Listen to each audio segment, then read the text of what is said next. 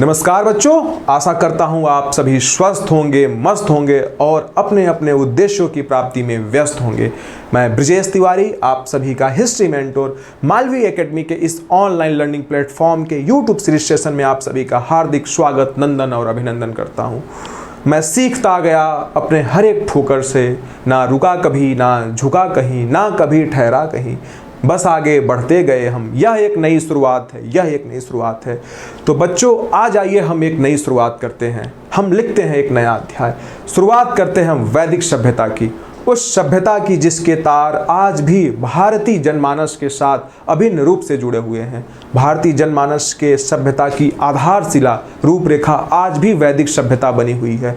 वैदिक सभ्यता अपने आप में पहली ऐसी सभ्यता रही जो आज भी हमारे सामने लिखित रूप में उपलब्ध है, जिसके विषय में हमें जानकारी आज भी लिखित साक्ष्यों के आधार पर प्राप्त होता है। इसके पूर्व की सभ्यताओं की अगर हम बात करें, वो चाहे स्टोन एज हो, पाषाण काल हो, चाहे इंडस वैली सिविलाइजेशन हो, सिंधु घाटी की सभ्यता हो, इन दोनों कालखंडों के विषय में हमें जो भी जानकारी मिलती है वह सभी पुरातात्विक साक्ष्यों के माध्यम से प्राप्त होती है। अर्थात इन कालखंडों के विशेषताओं के विषय में हमें जो भी विश्लेषण करना होता है उसके लिए हमें पुरातात्विक साक्ष्यों की सहायता लेनी पड़ती है।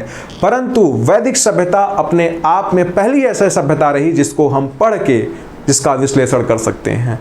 उसके बाद अगर हम देखते हैं तो ऐसे बहुत से कालखंड आ रहे हैं जिसमें हमको ये चीज़ निरंतरता के साथ आगे देखने को मिल रही है। वो चाहे महाजनपद काल हो, चाहे उसके बाद का कालखंड हो, हमें सारी चीज़ें लिखित रूप में उपलब्ध हो रही हैं। तो वैदिक सभ्यता की बात करने से पूर्व की सभ्यताओं के विषय में अगर हम संक्षेप में ना चर्चा करें तो यह इतिहास के कालक्रम के साथ अन्याय होगा। तो आज हम बात करते हैं अपने पूर्वजों की, आज हम बात करते हैं मानव के उत्पत्ति के इतिहास की, उनकी यात्रा की, उनके कालक्रम की, कि कैसे पहला मानव इस संसार में आया, कैसे मानव ने चलना सीखा, कैसे मानव ने सांस लिया, कैसे मानव किस कालखंड से अपने आप को जोड़ा। इन सभी चीज़ों के विषय में आज हम जानेंगे। बहुत से भूगर्भिक अध्ययन हुए, बहुत से भूवैज्ञानिकों ने सर्वेक्षण किया, अपना अपना अध्ययन किया, खोज किया और बाद में इस मत पर वह पहुँचे कि यह सकल ब्रह्मांड, सकल जगत कई महाकल्पों में, कई कल्पों में और कई युगों में बटा हुआ है। महाकल्प को एरा कहते हैं। एरा के रूप में अगर देखा जाए तो जो सबसे पहला हमारा एरा हुआ वो प्री पैलियोजोइक एरा रहा, जिस काल में कोई भी चीज़ एग्जिस्ट नहीं कर रही है, किसी भी प्रकार की जीव जंतुओं के हमें कोई साक्ष्य दृष्टिगोचर नहीं हो रहे हैं। उसके बाद का जो कालखंड रहा वो पैलियोजोइक एरा रहा। उसके बाद मेसोजोइक, देन जो एरा आया उसे हम सेनोजोइक एरा कहते हैं। यह एरा अपने आप में क्रांति काल का एरा था। इस काल में पहली बार स्तनधारी जीव परिलक्षित हो रहे हैं, जिसे हम मैमल्स कहते हैं। मैमल्स के रूप में हमें जीव दिखाई दे रहे हैं। उसके बाद का हमारा जो एरा आता है उसे हम नियोजोइक एरा कहते हैं। सेनोजोइक एरा में कई युग हैं और युग में अगर देखा जाए तो उसमें कई हमको कल्प दिखाई देते हैं। पहला हमारा जो कल्प है उसे हम पेलियोसीन कहते हैं। उसके बाद Eocene, Oligocene, Miocene, Pliocene, Pleistocene, then Holocene. Pliocene जो हमारा कल्प रहा, जिसे इपोच कहते हैं, इस इपोच में पहली बार जो है हमें प्राइमेट प्रजाति दिखाई देती हैं और इसी प्राइमेट प्रजाति से होमोनिड का विकास हुआ। होमोनिड से ही रामापिथेकस मानव का विकास हुआ। रामापिथेकस मानव से ऑस्ट्रेलोपिथेकस मानव का विकास हुआ और ऑस्ट्रेलोपिथेकस मानव से होमो हैबिलस मानव का विकास हुआ। होमो हैबिलस ऐसा पहला मानव है जो औजार बना रहा है, जो पत्थरों के टूल्स बना रहा है, पत्थरों के औजार बना रहा है। होमो हैबिलस मानव का शाब्दिक अर्थ होता है वह मानव जिसके हाथ की हड्डियां, जिसकी रीढ़ की हड्डियां सिकुड़ी हुई हैं, कम खुल रही हैं। अर्थात वह इन कम खुले हुए हाथों की सहायता से पहली बार औजार बनाने का प्रयास कर रहा है। हमारी सभ्यता को वो पहली बार औजार से परिचित करा रहा है। लेकिन चूंकि उसके हाथ अच्छे तरीके से खुल नहीं पा रहे हैं, इसलिए वो जो औजार है वह देखने में उतने सुंदर नहीं दिखाई दे रहे हैं और उतने वो काम करने में सहायक भी नहीं हो रहे हैं। लेकिन यह अपने आप में औजार के क्रम में पहला प्रयास होमो हैबिलस मानव के माध्यम से हमें दिखाई पड़ता है। उसके बाद का हमारा जो मानव है उसे हम होमो इरेक्टस मानव कहते हैं। होमो इरेक्टस मानव पहला ऐसा मानव है जो इस दुनिया को पहली बार आग से परिचय करा रहा है। वह आग के विषय में पहली बार इंट्रोड्यूस करा रहा है कि आग भी एक ऐसी चीज़ है जिसकी सहायता से हम अपने जीवन को सुगम आसान बना सकते हैं। उसके बाद का हमारा जो मानव है होमो निएंडरथल मानव, होमो हाइडेलबर्गेसिस मानव, ये पहले ऐसे मानव होते हैं जो आग का समुचित उपयोग करते हैं, जो इसकी सहायता से अपने जीवन को सुलभ बनाने का प्रयास करते हैं। देन हमारा जो अंतिम मानव होता है वो होमो सेपियंस मानव होता है, जो हमारे पूर्वज हैं, जिनकी प्रजाति से आज हम इस रूप को प्राप्त कर पाए हैं। तो होमो सेपियंस मानव वो अंतिम मानव है जिसकी पीढ़ियां आज हर जगत में फैली हुई हैं। यह कालखंड जो है इसे हम स्टोन एज के नाम से जानते हैं, इसे हम पाषाण काल के नाम से जानते हैं। इसे पाषाण काल हम इस वजह से कहते हैं क्योंकि ये जो सभ्यता है वह पाषाण पत्थरों के पहाड़ों के इर्द गिर्द ही विकसित हुई। अगर हम भारतीय परिप्रेक्ष्य में देखें तो जो हिमालय का रीजन है, कुछ नॉर्थ ईस्ट का रीजन है और जो प्रायद्वीपीय भारत है, दक्षिण भारत का हिस्सा है, जहाँ पहाड़ अधिकाधिक मात्रा में मिलते हैं, उन इलाकों में जो है यह सभ्यता फली फूली और पुष्पित पल्लवित हो पाई। पाषाण काल में हम देखें तो मानव अपना जो जीवन यापन वो शिकार के माध्यम से कर रहा है, वो यायावरी जीवन जी रहा है। वह शिकार की तलाश में अपने पेट को भरने के लिए एक स्थल से दूसरे स्थल की यात्राएं कर रहा है। लेकिन इसी कालखंड में हम आगे देखते हैं कि कैसे वही मानव खाद्य संग्राहक होता चला जा रहा है।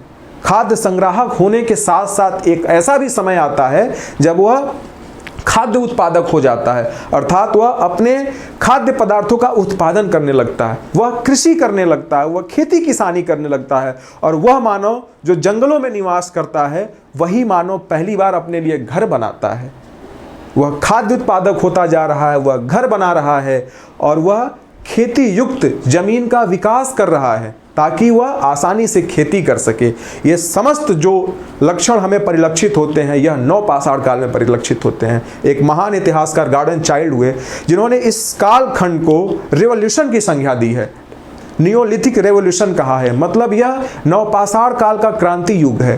क्रांति का मतलब ही ऐसा होता है कि ऐसी व्यवस्था जो पूर्व से व्याप्त है उसमें कोई ऐसा परिवर्तन हो रहा है जो बड़े स्तर पर दृष्टिगोचर हो रहा है, जिसके सभी क्षेत्रों में परिवर्तन हो रहे हैं। तो नवपाषाण काल अपने आप में पहला ऐसा काल होता है जिसमें मानव एक तरीके से चेंजेस की ओर बढ़ रहा है, एक तरीके से परिवर्तन की ओर बढ़ रहा है। यह ऐसा काल होता है जिसमें मानव पहली बार बर्तन बना रहा है, पोट्रीज बना रहा है, मिट्टी के बर्तन बना रहा है। क्यों? क्योंकि वो खाद्य उत्पादक हो गया है, वह खेती किसानी करने लगा है, वह अपने भविष्य की सुरक्षा के लिए, भविष्य में उसे अनाज की उपलब्धता कैसे हो पाए, उसको अनाज को कैसे संरक्षित किया जाए, इसके लिए वह पहली बार बर्तन बना रहा है। तो यह नवपाषाण काल अपने आप में क्रांति का काल होता है।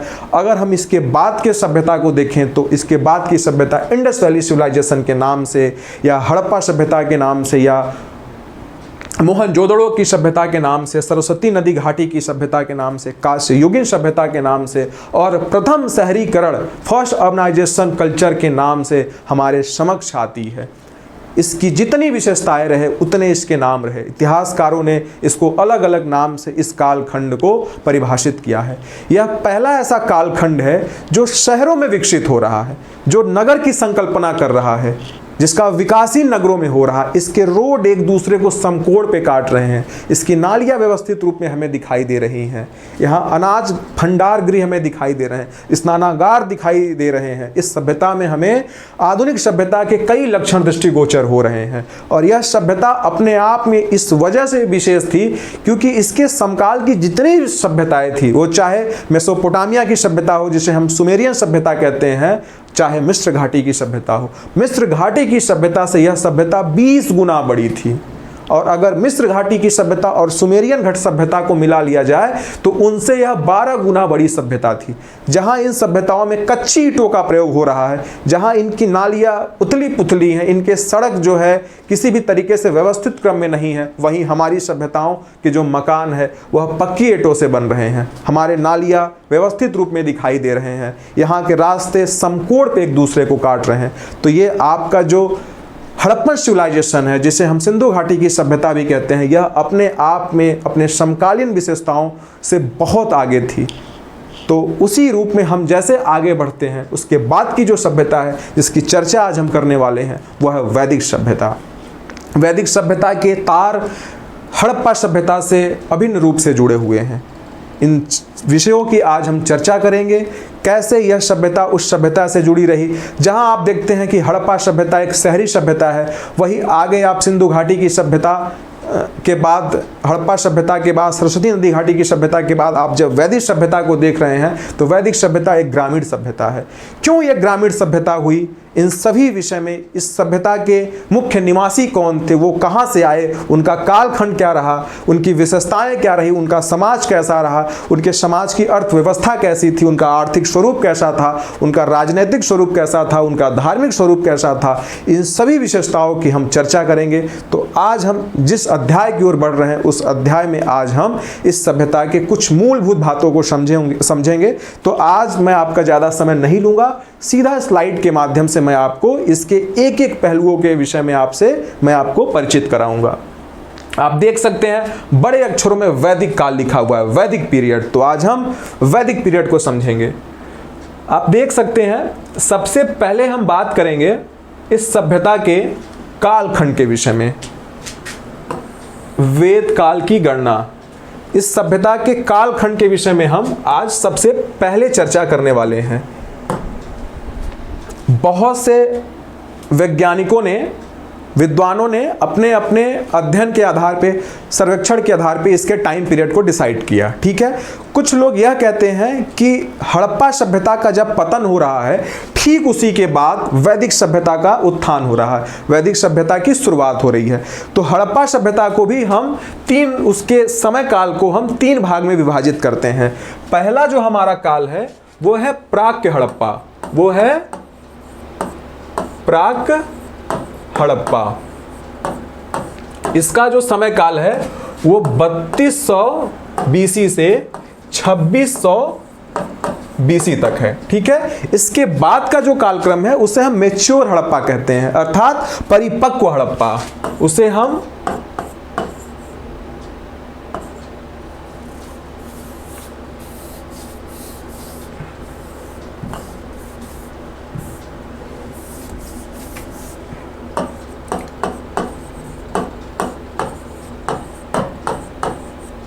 प्राक हड़प्पा, परिपक्व हड़प्पा। इसका जो कालखंड रहा ये 2600 बीसी से 1900 बीसी तक रहा। और इसके बाद का जो अंतिम कालखंड विद्वानों ने निर्धारित किया उसे हम उत्तर हड़प्पा काल कहते हैं, अर्थात लेटर हड़प्पा। इसका जो कालखंड रहा वह 1900 बीसी से 1300 बीसी तक रहा।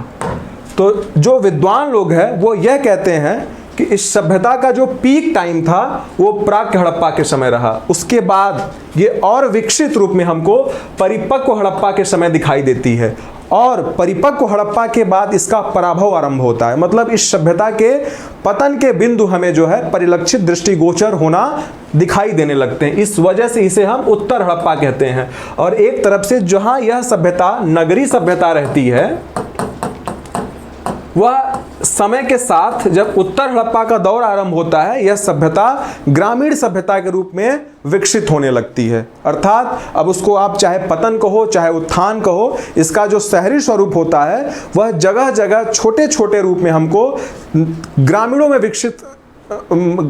विकसित होने के रूप में हमें यह दिखने लगता है। ठीक है, तो कुछ लोग इसको ग्रामीणों में विकसित होने वाली सभ्यता के नाम से इसके थर्ड स्टेज को जानने लगते हैं। ठीक है, ठीक इसी समय आप देखते हैं 1900 से 1300 बीसी इसका कालखंड रहा।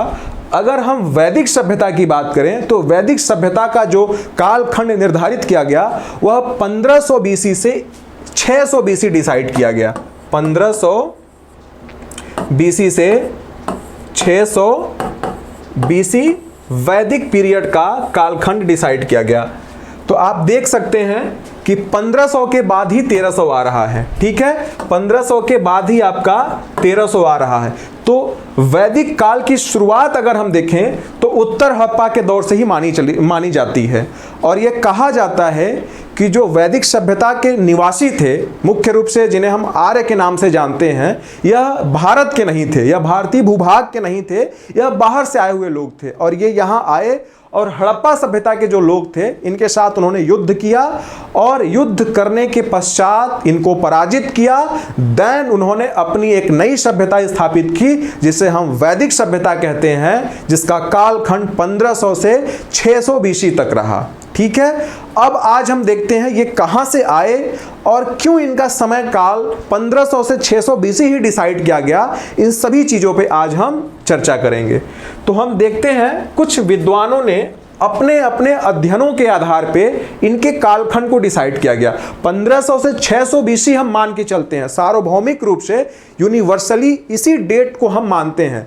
लेकिन इस डेट को मानने के पीछे भी तर्क रहे हैं, लेकिन इसके अलावा बहुत से ऐसे विद्वान रहे जो इससे इतर मत को मानते हैं। तो आप देखते हैं यहाँ विद्वानों के नाम दिए हुए हैं, यहाँ काल गणना का उनका आधार दिया गया, किस बेसिस पे वो काल का गणना कर रहे हैं।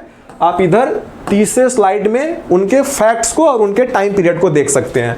सबसे पहला अगर मत देखें तो स्वामी दयानंद सरस्वती का है। यह कह रहे हैं कि वेद मंत्रों के आधार पे इसका कालखंड हम जब से सृष्टि का आरंभ हुआ है हम तब से मान सकते हैं। ठीक है, इसके बाद अगर हम देखें तो दीनानाथ शास्त्री हैं। दीनानाथ शास्त्री कहते हैं एस्ट्रोनॉमी के बिहाफ पे कि ये 3 लाख साल पहले इस सभ्यता का अस्तित्व हमें दिखाई पड़ता है। ठीक है, उसके बाद अविनाश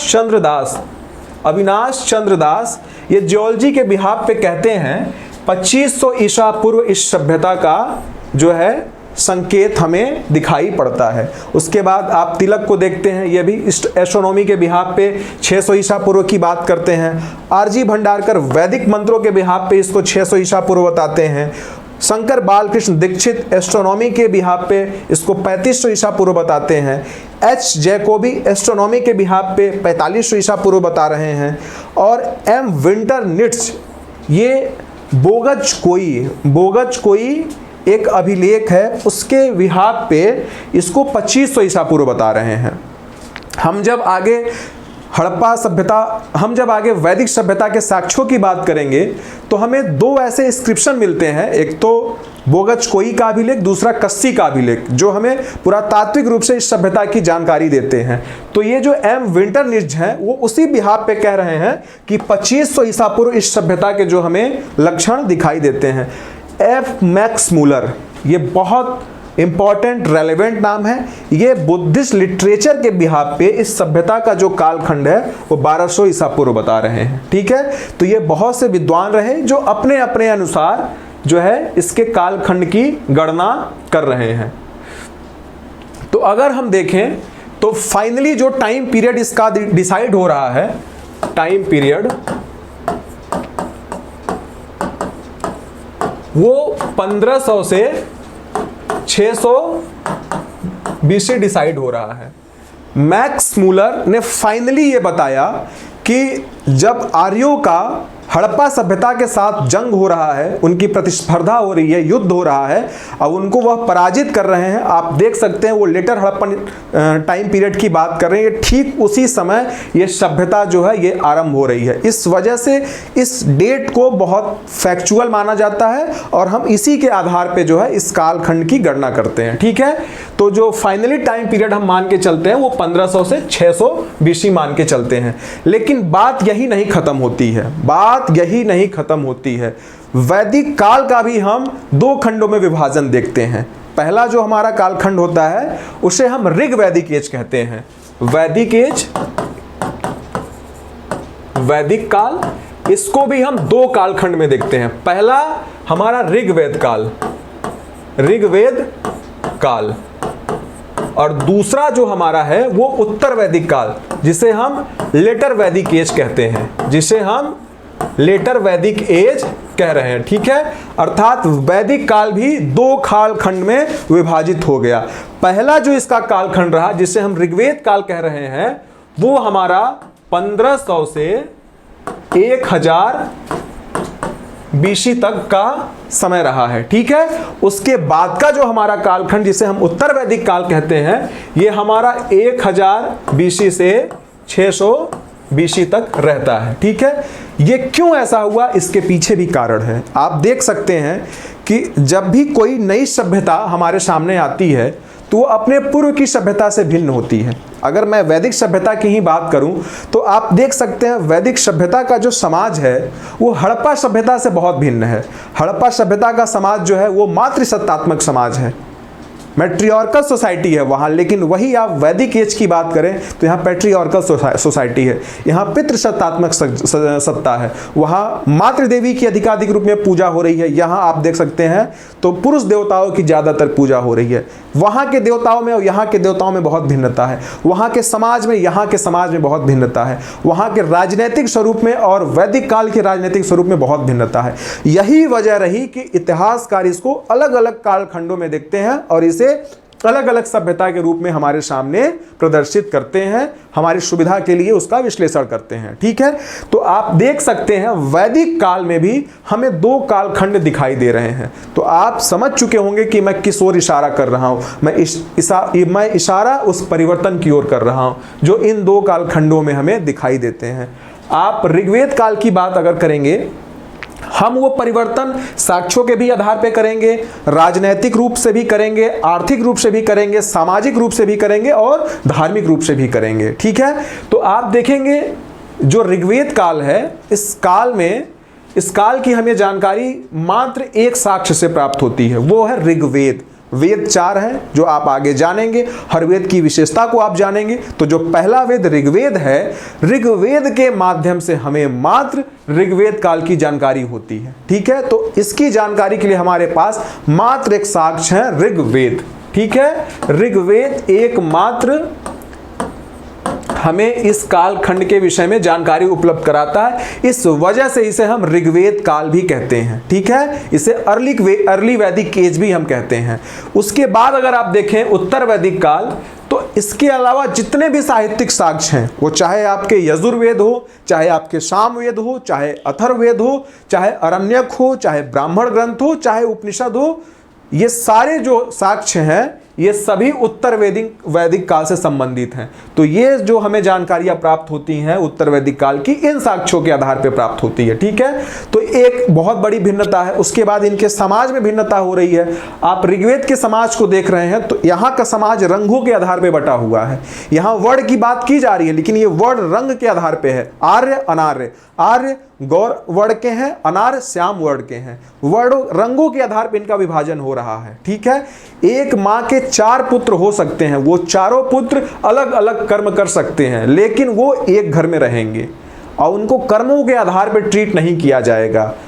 ये उनकी व्यक्तिगत योग्यता होगी, ये उनकी व्यक्तिगत चॉइस होगी। ठीक है, लेकिन वही आप उत्तर वैदिक काल में देखते हैं तो यही वर्ण जो है ये कर्मों के आधार पे बढ़ रहा है और यहां तक बढ़ रहा है कि उनके निवास स्थल बढ़ते चले जा रहे हैं। तो ये एक बहुत बड़ा सामाजिक परिवर्तन हमको इस काल में दिखाई देता है। ऋग्वेद काल की आप बात करें तो ये पशुपालन समाज की बात करता है। ये एक तरीके से एनिमल हस्बेंड्री आधारित जो है ये सभ्यता है। यहाँ पशुपालन के आधार पर जीवन यापन किया जा रहा है। इनका मुख्य पेशा, मुख्य व्यवसाय जो है वो पशुपालन है। लेकिन वही आप उत्तर वैदिक काल की बात करें तो ये पशुपालन के साथ साथ मुख्य रूप से कृषि की बात कर रहे हैं। ये कृषि की बात क्यों कर रहे हैं इसको आप समझिए, क्योंकि इनका टाइम पीरियड 600 BC तक जा रहा है और 600 BC में पहली बार उत्तर प्रदेश के एटा जिला के अतरंजी खेड़ा में लौह की प्राप्ति हो रही है। पहली बार हमें लौह आयरन की प्राप्ति हमको 600 BC में हो रही है और ये हमारा जो कालखंड है ये उत्तर वैदिक का काल है। ठीक है, और इस काल में जो प्रमुख व्यवसाय होता है, जो जीवन यापन का प्रमुख आधार होता है, वह खेती हो जाती है। ठीक है, खेती क्यों हो जाती है? क्योंकि लौह औजार जो है इनकी सहायता से हम अच्छे तरीके से खेती कर सकते हैं। जो हमारे हल होते हैं वह गहरी जुताई कर सकते हैं। लेकिन वही आप ऋग्वेद काल की बात करते हैं तो इस समय का मुख्य धातु कांसा रहता है। कांसा उतना मजबूत धातु नहीं होता है जिससे हम सुविधाजनक खेती कर सकें या अधिकाधिक मात्रा में खेती कर सकें। इस वजह से हमारा उस कालखंड का जो प्रमुख व्यवसाय रहता है वह पशुपालन रहता है। उसमें भी आप देखते हैं गाय हमारा मुख्य आधार होता है हमारी उस सभ्यता का। तो ऐसे ही बहुत सी विशेषताएं हैं। आप धार्मिक रूप से देखें तो इस कालखंड के देवताओं में और इस कालखंड के देवताओं में बहुत अंतर है। आप उत्तर वैदिक काल में देखेंगे तो ब्रह्मा विष्णु महेश की बात की जा रही है। लेकिन उस काल में आप देख रहे हैं तो वहाँ इंद्र की, यज्ञ की, वरुण की बात की जा रही है। तो इनके देवताओं में भी अंतर है, और इनका जो सबसे बड़ा अंतर है वह अंतर आप देखते हैं ये आयरन डिसाइड करता है, ये लौह डिसाइड करता है। इसकी प्राप्ति से एक बहुत बड़ी आधारशिला जो है इन दोनों सभ्यताओं के बीच में स्थापित हो जाती है, जिसके एक पार उत्तर वैदिक काल और दूसरे पार आपका जो है ऋग्वेद काल होता है।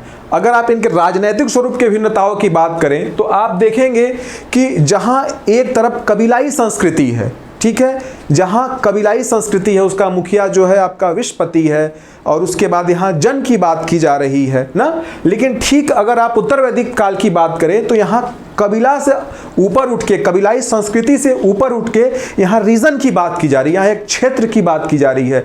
जो आपके वैदिक काल में जन है वह उत्तर वैदिक काल में आपका जनपद बन रहा है, मतलब एक रीजन बन रहा है, उस रीजन का सेपरेट मुखिया हो रहा है। वह मुखिया एक दूसरे को जो है पराजित करके बन रहा है। लेकिन आप ऋग्वेद काल के राजनीतिक स्वरूप की बात करें तो वहां जो राजा बन रहा है वह अपने समिति के सहमति से बन रहा है, वह मुख्य रूप से निर्णायक नहीं है, उससे संबंधित सारे निर्णय उसके समिति के लोग कर रहे हैं, वो अपने समिति के प्रति जवाबदेह है। लेकिन आप उत्तर वैदिक काल के राजा की बात करें तो वह किसी के प्रति जवाबदेह नहीं है, उसने जो सत्ता स्थापित की है, उसका जो क्षेत्र है वह उसका जीता हुआ क्षेत्र है, ठीक है। तो ये सारे परिवर्तन जो है इन दो कालखंडों को विभाजित करते हैं। इन सभी विशेषताओं को हम आपको आगे बहुत डिटेल में बताएंगे, उन सभी सभ्यताओं के, उन सभी विशेषताओं के विषय में कि क्यों ऐसी विशेषताएं होती चली गई, उनके साक्ष्य क्या रहे, उनके जो है जानकारी के साधन क्या रहे, ये सारी विषय में मैं आपको आगे मैं इन सारे चीज़ों के विषय में बताऊंगा।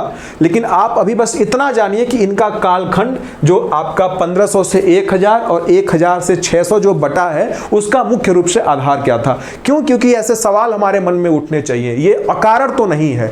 क्योंकि आप देख सकते हैं जैसे हड़प्पा सभ्यता को आप देखें वह 3 भाग में विभक्त हुआ, तो वैदिक सभ्यता भी आपका 2 भाग में विभक्त हो रहा है। उसके कारण आपको स्पष्ट रूप से पता चल चुके होंगे, और आपको यह भी पता चल चुका होगा कि ये जो डेट हमारा डिसाइड किया गया वो किस बिहाफ पे डिसाइड किया गया, किस शख्स के कहने पे ये डेट डिसाइड हुआ, और उसके क्या क्या रीजंस रहे, क्या क्या कारण रहे, ठीक है। तो हमने कालखंड को देखा। अब हम ये देखते हैं कि इस सभ्यता के जो मुख्य निवासी थे, जो प्रमुख निवासी थे, ऐसा नहीं था कि इस सभ्यता को आर्यों ने आके ही बसाया, इस सभ्यता में यहाँ पहले से भी लोग रह रहे थे। उन लोगों के ऊपर सत्ता स्थापित की गई, उनको पराजित किया गया और अपनी शासन सत्ता को स्थापित किया गया। तो वो जो शासन सत्ता स्थापित करने वाले लोग थे उनको इतिहास में आर्य के नाम से जाना गया। वो आर्य आए कहां से, उनको आने के विषय में क्या क्या विद्वानों के मत है, उस विषय में आज हम चर्चा करते हैं। तो आप देखते हैं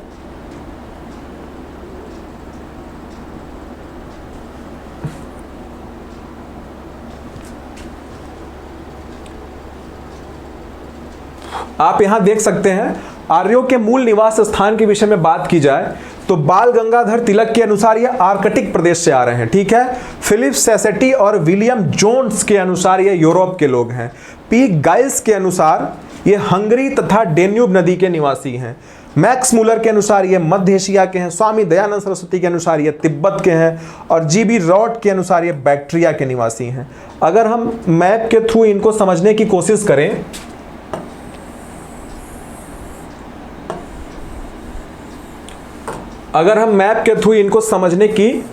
करें तो आप देख सकते हैं ये वाला आपका जो इलाका है ये अफगानिस्तान का इलाका है, ठीक है, ये अफगानिस्तान का इलाका है। इधर का जो आपका इलाका है वह तिब्बत का इलाका है, और आप यहाँ देख सकते हैं कश्मीर का क्षेत्र है। इसके ठीक ऊपर का जो इलाका है वो पामीर का पठार है, वो पामीर का पठार है, और ठीक उसके ऊपर आप जाएंगे तो वहाँ रूस है, ठीक है। उसके बाद आप इधर आगे बढ़ते चले जाएंगे तो ये आपका बदख्शा का इलाका है, बदख्शा का इलाका है। ठीक इसके ऊपर आप हंगरी देखते हैं, यहाँ जर्मनी आप देखते हैं, और आप ऐसे ही अनेक क्षेत्रों को जो है देख सकते हैं। तो आप यहाँ देखिए कि कुछ ऐसे विद्वान रहे जो कहते हैं कि आर्य जो है वो पामीर की पठार से यहाँ आए, ठीक है। कुछ लोग कहते हैं तिब्बत से ये भारत में आए, कुछ लोग कहते हैं दक्षिणी रूस से ये भारत में प्रवेश कर रहे हैं, कुछ लोग कह रहे हैं कि ये हंगरी से भारत में आ रहे हैं, कुछ लोग कह रहे हैं ये आपके जर्मनी से भारत में आ रहे हैं, ठीक है। ऐसे ही अनेक लोगों के मत आ रहे हैं। कुछ लोग कह रहे हैं कि अफगानिस्तान में एक मुल्तान जो है नदी का नाम है, ठीक है। यहाँ मैं उस मुल्तान की बात नहीं कर रहा हूँ जो सिंध प्रदेश में है। अफगानिस्तान में एक मुल्तान क्षेत्र है, यहाँ भी, यहाँ से आर्य लोग भारत में प्रवेश कर रहे हैं, ठीक है। और कुछ ऐसे भी विद्वान हैं जो ये बता रहे हैं कि भारत का जो ये सप्त सिंधु प्रदेश का इलाका है, आर्य मुख्य रूप से यहाँ के रहने वाले थे, ठीक है। तो ऐसे अनेक लोगों के अपने अलग अलग मत जो है हमें दिखाई देते हैं, ठीक है। लेकिन जो सबसे प्रामाणिक मत माना जाता है वो यह माना जाता है, ये जो बदखशा के आसपास का ईरान का जो इलाका है, यहाँ से आर्य मुख्य रूप से भारत में आकर बसे। और इस मत को देने वाले मैक्स मुलर रहे। मैक्स मुलर ने पहली बार 1853 ईस्वी में आर्य शब्द का प्रयोग किया और उन्होंने बताया कि आर्य लोग मुख्य रूप से बदखशा के आसपास ईरान का जो क्षेत्र था, ईरान से ये भारत के सीमा में प्रवेश कर रहे हैं।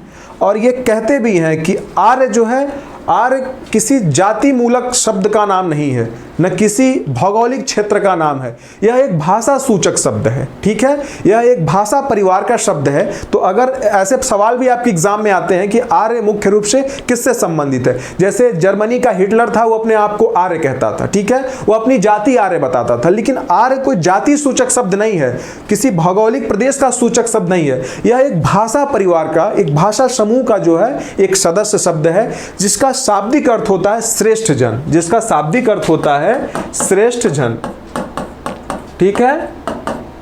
इसका शाब्दिक अर्थ होता है श्रेष्ठ जन। और ऋग्वेद में 33 बार, ऋग्वेद में 33 बार आर्य शब्द का उल्लेख किया गया है, ठीक है। तो इससे यह पता होता है कि यहाँ के निवासी आर्य ही थे।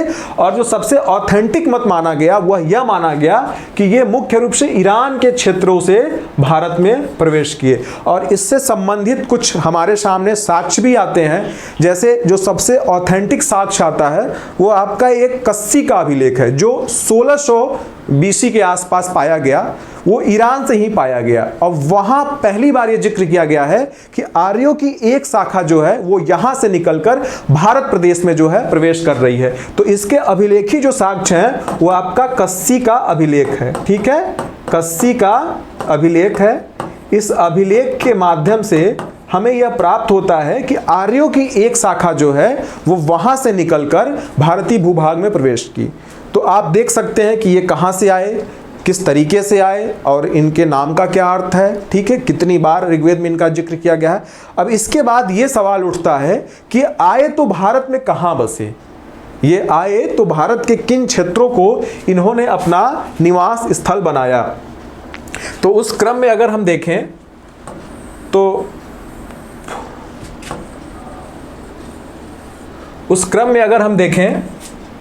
तो आपका जो ये इलाका है ये आपका सप्त सिंधु प्रदेश का इलाका है, ठीक है। ये आपका सप्त सिंधु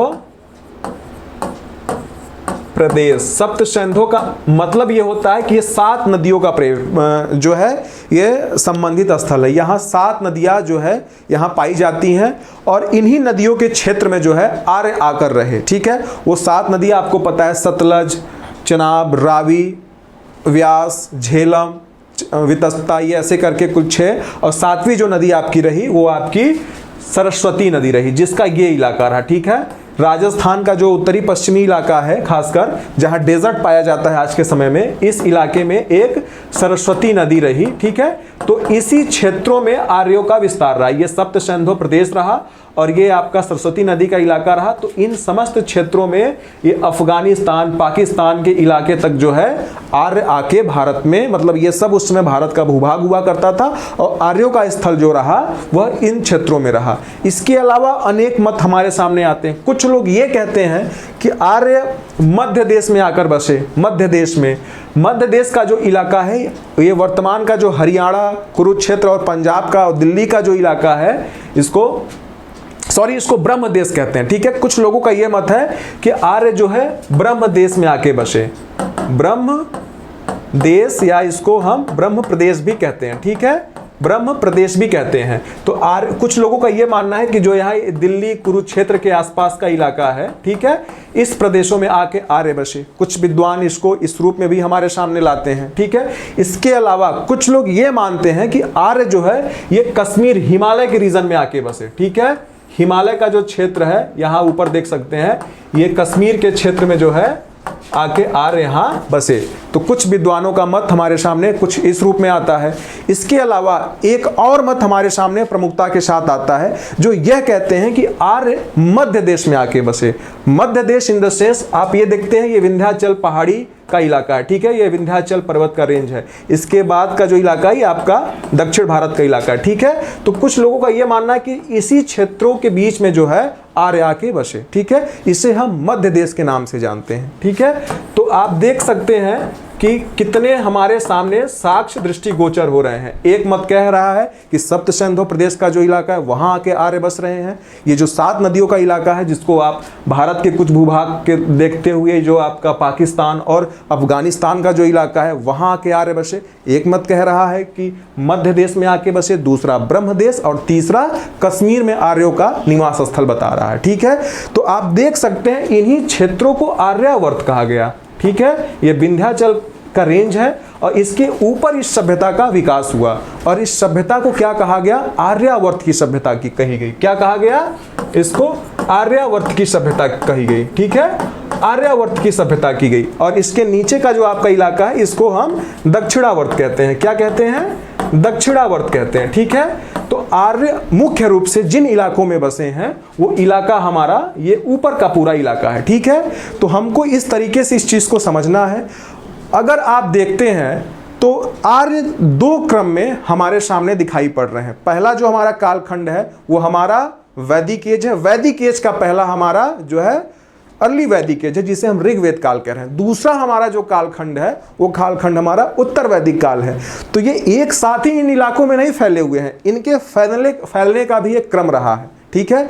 तो शुरुआती जो आर्य हैं, आप देखेंगे जो शुरुआती आर्य हैं उनका जो क्षेत्र उनका जो इलाका है ये अफगानिस्तान, कश्मीर और पाकिस्तान, ये सारे जो इलाके हैं, अफगानिस्तान का भी जो दक्षिणी अफगानिस्तान है और पाकिस्तान, राजस्थान का उत्तरी राजस्थान, ठीक है, ये सब इलाकों में शुरुआती आर्य आके रह रहे हैं। मतलब ये ऋग्वेद एज की बात हो रही है। ऋग्वेद इन द सेंस अगर मैं कहूं तो आपके दिमाग में 1500 से 1000 BC चलना चाहिए, ठीक है। इस काल में आके आर्य यहाँ रह रहे हैं, ठीक है। लेकिन जब उत्तर वैदिक काल आरंभ हो रहा है, उत्तर वैदिक काल को हम देखते हैं तो यहाँ जो है आप देखेंगे ये गंगा यमुना का दोआब का इलाका है, ठीक है। ये गंगा यमुना का दोआब का इलाका है। तो गंगा यमुना दोआब के इलाके में मतलब पूर्व की ओर बढ़ते चले जा रहे हैं आर्य। किस काल में? उत्तर वैदिक काल में। क्यों? क्योंकि लौह का आविष्कार हो चुका है और अब उनको कृषि करनी है। तो कृषि करनी है तो इसके लिए उनको पर्याप्त मात्रा में लैंड चाहिए, जमीन चाहिए। इसके लिए वो जंगलों की सफाई कर रहे हैं। जंगलों की सफाई किसकी सहायता से कर रहे हैं? लौह औजार की सहायता से वो जंगलों का विनाश कर रहे हैं, जंगलों की कटाई कर रहे हैं और भूमि का जो है वह विकास कर रहे हैं। तो आर्य आप देखते हैं समय के साथ इस इलाके में बढ़ते चले जाते हैं, ठीक है। उसके बाद आप महाजनपद काल अब जब पढ़ेंगे, जब आपको मैं महाजनपद काल पढ़ाऊंगा, क्योंकि हमारा टाइम पीरियड 600 BC है, तो महाजनपद काल भी इससे बहुत जो है बारीकी के साथ जुड़ा हुआ है। आप देखेंगे कि वही जनपद जो उत्तर वैदिक कालीन जनपद है वो आपको आगे चलकर महाजनपद के रूप में देखने को मिल रहा है। तो महाजनपद में भी जो मगध महाजनपद है, आप देख सकते हैं ये सब वही स्थल है जिनका विकास जो है उत्तर वैदिक काल में हो रहा है। तो आप देख सकते हैं कि आर्य जो है समय के साथ इस इलाके में बढ़ते चले आए, ठीक है। तो आप अब देख सकते हैं कि आर्यों का निवास स्थल कहाँ रहा। इसके पहले आप लोगों ने कालखंड देखा। तो इन सारी चीजों से हमारे दिमाग में एक बेस बन रहा होगा, जैसे कि हम ये समझ सकते हैं कि इनका निवास स्थल कहाँ रहा, ये कहाँ बसे, कहाँ फैले। अगर आप हड़प्पन सभ्यता की बात करें तो हड़प्पन सभ्यता का जो इलाका रहा वो यही इलाका रहा, ठीक है। सिंध वाला, पाकिस्तान का जो ये पूरा आप इलाका देख रहे हैं, अफगानिस्तान का इलाका आप देख रहे हैं, ये सारे आपके जो है जहां नदियां उपलब्ध रही, क्योंकि इनका विकास नदियों के ही किनारे हुआ।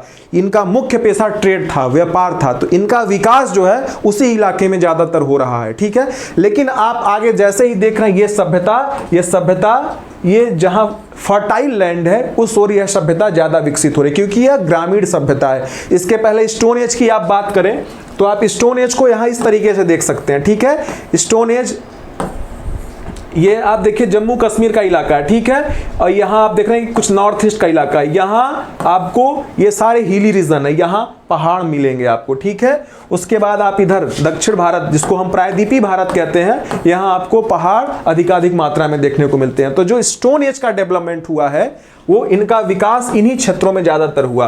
तो आप मैप की सहायता से ये समझ सकते हैं कि सिंधु घाटी की सभ्यता के लोगों का निवास स्थल किधर रह रहा है, हड़प्पन सिविलाइजेशन, देन उसके बाद आप वैदिक सिविलाइजेशन के लोगों का निवास स्थल देख सकते हैं, और सबसे पहले आप स्टोन एज को, क्योंकि बेटा ये तीनों एक दूसरे से कनेक्टेड हैं, ठीक है। इनके तार एक दूसरे से जुड़े हुए, इनका विकास क्रम भले अलग अलग हो, लेकिन ये जिस परिधि में विकसित हो रहे हैं सबकी अपनी अपनी विशेषताएं हैं, और उन सभी विशेषताओं को हम इसके माध्यम से जब तक नहीं समझेंगे हमारे दिमाग में एक बेस तैयार नहीं होने वाला। आप वैसे ही महाजनपद काल को देखेंगे तो महाजनपद काल जो है इन क्षेत्रों में ज्यादा विकसित हो रही है, ठीक है। ये क्षेत्र, इन क्षेत्रों में महाजनपद काल ज्यादा विकसित हो रही है। आप दक्षिण भारत में देखें तो महाजनपद का मात्र एक अस्मक जो है वही आपको यहाँ दक्षिण भारत में गोदावरी नदी के तट पे दिखाई देता है, दूसरा आपका राजस्थान में दिखाई देता है, ये जो भरतपुर का इलाका है। इसके अलावा सारा जो क्षेत्र विकसित हो रहा है वह इसी इलाके में विकसित हो रहा है। क्यों? क्योंकि वहां की दशाएं उसके अनुकूल हैं। उसमें भी आप देखेंगे मगध ही क्यों ज्यादा डेवलप हुआ, तो मगध की दशाएं उन सबसे ज्यादा अनुकूल थी। मगध का जो इलाका था वो पहाड़ियों से घिरा हुआ था, सुरक्षा की दृष्टि से वो सबसे संपन्न रूप में सबके सामने आ रहा। वहाँ नदियाँ हैं, वहाँ के जंगलों में हाथियाँ मिल रही हैं, वहाँ के जंगलों में आपके तांबे के खान मिल रहे हैं, ये सारी चीज़ें, लोहे के खान पाए जा रहे हैं, ये सारी उनके लिए बहुत लाभदायक हुई। तो आपको ये बंटवारे, इनके विकास का क्रम, ये सब आपको बहुत अच्छे से समझना होगा, ठीक है। तो आपने वैदिक एज के कालक्रम को देखा, विद्वानों के मतों को देखा, आर्य कहाँ से आए, किन किन क्षेत्रों में वह अपने आप को बसाएं, ये सारी चीजें आप लोगों ने देख लिया। अब जो अगला क्रम आता है जो हमको मुख्य रूप से देखना है वह है साक्ष्य, जिसको हम रिसोर्स कहते हैं। वो कौन से साक्ष्य रहे जिनके माध्यम से हम वैदिक एज की जानकारी प्राप्त कर पाते हैं, जिसकी सहायता से हमें वैदिक एज की सूचना मिलती है। तो साक्ष्य आप सभी को पता होगा, मैंने जब वीडियो की स्टार्टिंग की है तभी मैंने बताया कि पहली ऐसी सभ्यता है जिसके विषय में हमें जानकारी साहित्यिक साक्ष्यों के माध्यम से प्राप्त होती है। लेकिन कुछ इंस्क्रिप्शन भी हैं जो हमको इस सभ्यता के विषय में जानकारी प्राप्त कराते हैं। इसके साथ साथ पोट्रीज, टेराकोटा के बर्तन जो है वो भी हमें इस सभ्यता के विषय में जानकारी उपलब्ध कराते हैं। लेकिन ये लिखित साक्ष्यों के तुलना में ये नगण्य है, ये गिनती में 2-3 है, इसलिए इसको हम बहुत प्रमुखता के साथ नहीं रखते हैं, लेकिन ये उतना ही सहयोगी है जितना कि हमको इस सभ्यता के विषय में साहित्यिक साक्ष्य जानकारियां उपलब्ध कराते हैं, ठीक है। तो आगे हम इन सब चीजों को बहुत डिटेल में देखेंगे, ठीक है। तो आप देख सकते हैं कि इस सभ्यता के जो जानकारी के स्रोत हैं, ठीक है, सोर्सेस ऑफ इंफॉर्मेशन ऑफ वैदिक पीरियड ना। भारत में आर्यों के इतिहास के संबंध में जानकारी का प्रमुख स्रोत वैदिक साहित्य है। इस साहित्य के अलावा एक अन्य स्रोत पुरातात्विक साक्ष्य है, लेकिन ये अपनी त्रुटियों के कारण किसी स्वतंत्र निर्वाध जानकारी का स्रोत न होकर साहित्यिक स्रोतों के आधार पर किए गए विश्लेषण की पुष्टि करते हैं, ठीक है। मतलब यहाँ बात वही है, ये उपलब्ध हैं, लेकिन फिर भी जो ऑथेंटिक रूप से हमारी सामने जो चीजें आ रही हैं वो रिटन फॉर्म में ही आ रही है। तो हमें हमारी जो डिपेंडेंसी है वो रिटन फॉर्म की तरफ कुछ ज्यादा ही है, ठीक है। तो अब वो रिटन फॉर्म की चीजें क्या क्या है हम उनको क्रमवार तरीके से देखते हैं। तो सबसे पहले आप देखेंगे वैदिक साहित्य। वैदिक साहित्य जो है वो साक्ष्य का एक समूह है, साक्ष्यों का एक समूह है जो हमें इस कालखंड के विषय में बहुत डिटेल में जानकारी उपलब्ध कराता है, ठीक है। तो अगर मैं उन साक्ष्यों की बात करूं, स्लाइड में वो सारी चीजें ऑलरेडी लिखी हुई हैं, बट मैं एक सेपरेट स्लाइड में आपको वो सारी चीजें बता रहा हूं, ठीक है। साहित्यिक साक्ष्य, ठीक है, साहित्यिक साक्ष्य जिसकी सहायता से हमें इस कालखंड के विषय में जानकारी प्राप्त होती है। तो साहित्यिक साक्ष्यों में अगर देखा जाए तो मुख्य रूप से 4 वेद हैं, मुख्य रूप से 4 वेद हैं। तो आप देखेंगे 4 वेद, ठीक है। वेदों की संख्या 4 है। पहला हमारा ऋग्वेद है, ठीक है। दूसरा यजुर्वेद है,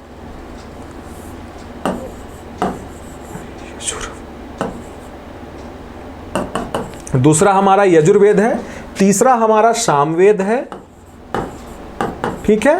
चौथा हमारा अथर्ववेद है। ठीक है, इन वेदों की सहायता से हमें जो है इस कालखंड की समस्त जानकारी प्राप्त होती है। ये वेद काफ़ी विस्तृत फॉर्म में हमारे सामने आज उपलब्ध हैं।